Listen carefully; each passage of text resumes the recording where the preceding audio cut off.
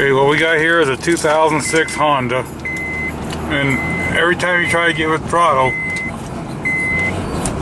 it just starts cutting out. So it's not one cylinder, it's all the cylinders at once. If you hold it to the floor, it just comes to a stop. Alright, so we put the scanner on this thing and it comes back, but there's two codes. One's oxygen sensor, slow to respond, but that could have something to do with the driving conditions, or the running conditions, I mean. And it doesn't matter if it's under load, even going downhill, see, it just stops.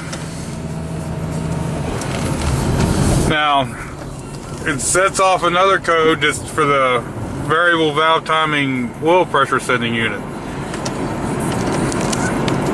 And I know that you gotta have clean oil kept in cars with variable valve timing and stuff to make them run right. And I've seen this one numerous times with really black oil. So there's also a pickup screen before it gets to the sending unit, and what we're going to do is we're going to take that screen out and we're going to clean it and then change oil and see if that has any effect or not. So we'll get back. You can see there's a bolt here and there's a bolt down below here, and the screen's right back in here. So what we got to do is we got to remove the belt, power steering pump, and looks like the tensioner maybe, and then we can get that out of there and see what it looks like. Alright, this is looking at the back side of the power steering pump. You have a bolt here and a bolt down here, two bolts to hold this on. Then you'll have enough room to move this out of the side. Alright, now, oh yeah, why is the wheel off? And why is that off? Because it ate my socket and I wanted it back. I hate when things eat my socket. Okay, now this is a tensioner, and there's two bolts on the bottom there,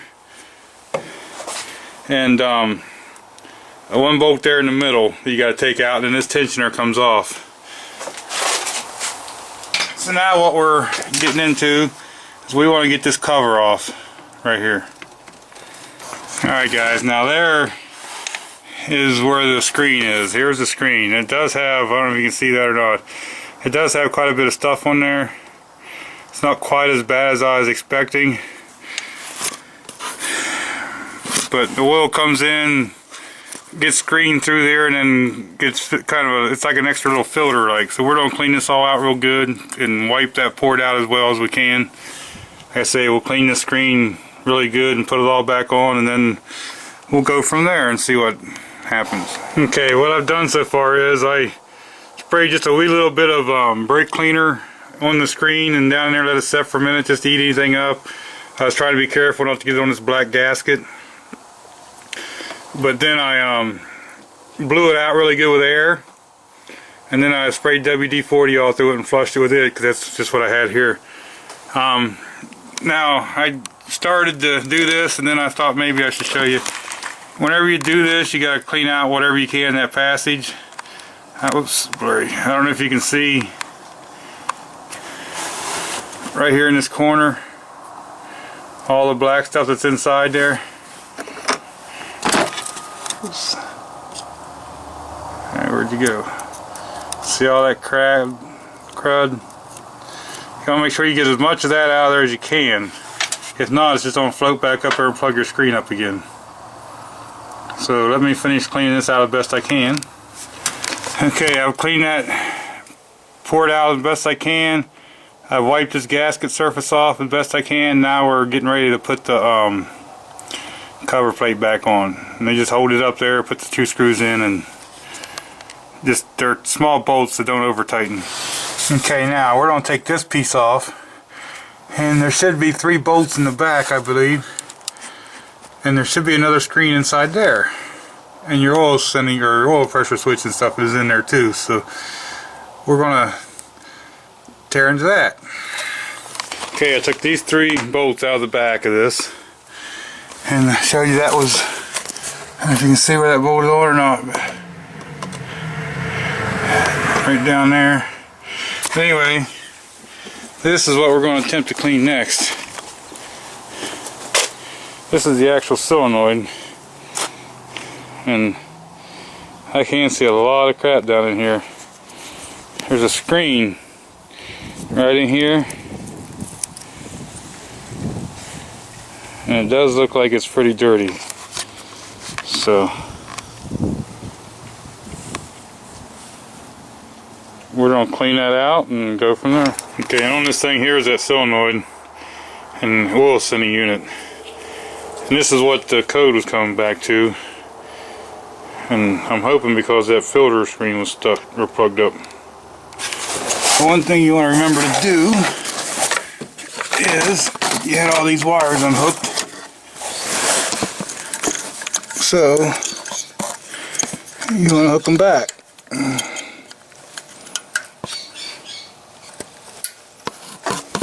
There's one.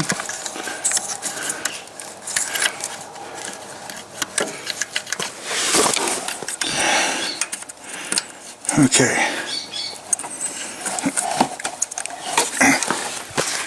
So we got the wires.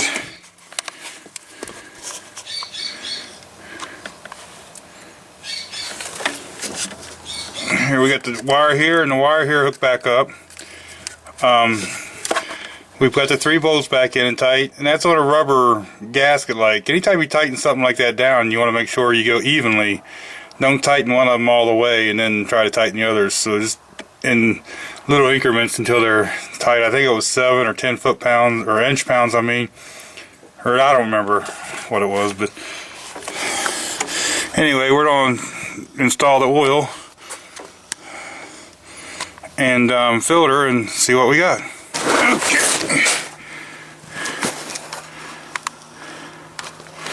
While we're at it, here we might as well take a little peek at the oil that comes out. Oh yeah, looks good and fresh. Yeah, some good fresh oil. Okay, now I just went and got the cheapest oil filter that I could find. And I don't know if I'm going to be able to do this without making a mess. But what I like to do is I like to take a little bit of oil and pour in a filter. It don't have to be full. And I know you're going to say you turn it on its side, it's going to spill out, but I just like to get enough in there at least that the filter element gets wet before the oil comes there and the motor's running. The other thing is I like to lube this gasket up. And then, as long as you got a little bit of lube on that gasket, it shouldn't stick. And then we're just going to put it on hand tight. Right, I've been driving this around for a little bit. I can't clear the check engine light with my computer for some reason. I'm not sure what's up with that. But so far, every time I try to drive this thing now, I can't make it do what it was doing before. Before, a third throttle or higher, after I got just about a half mile on it or so, it would just cut out and buck, just like you turn the key on and off. But now it seems to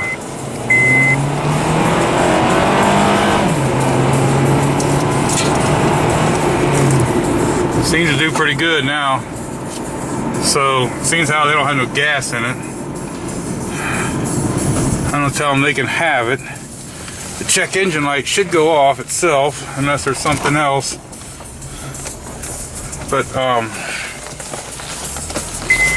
let's try to clear it again. I have to check for leaks and stuff, but it seems like it's running good enough. The issue they was complaining about is gone.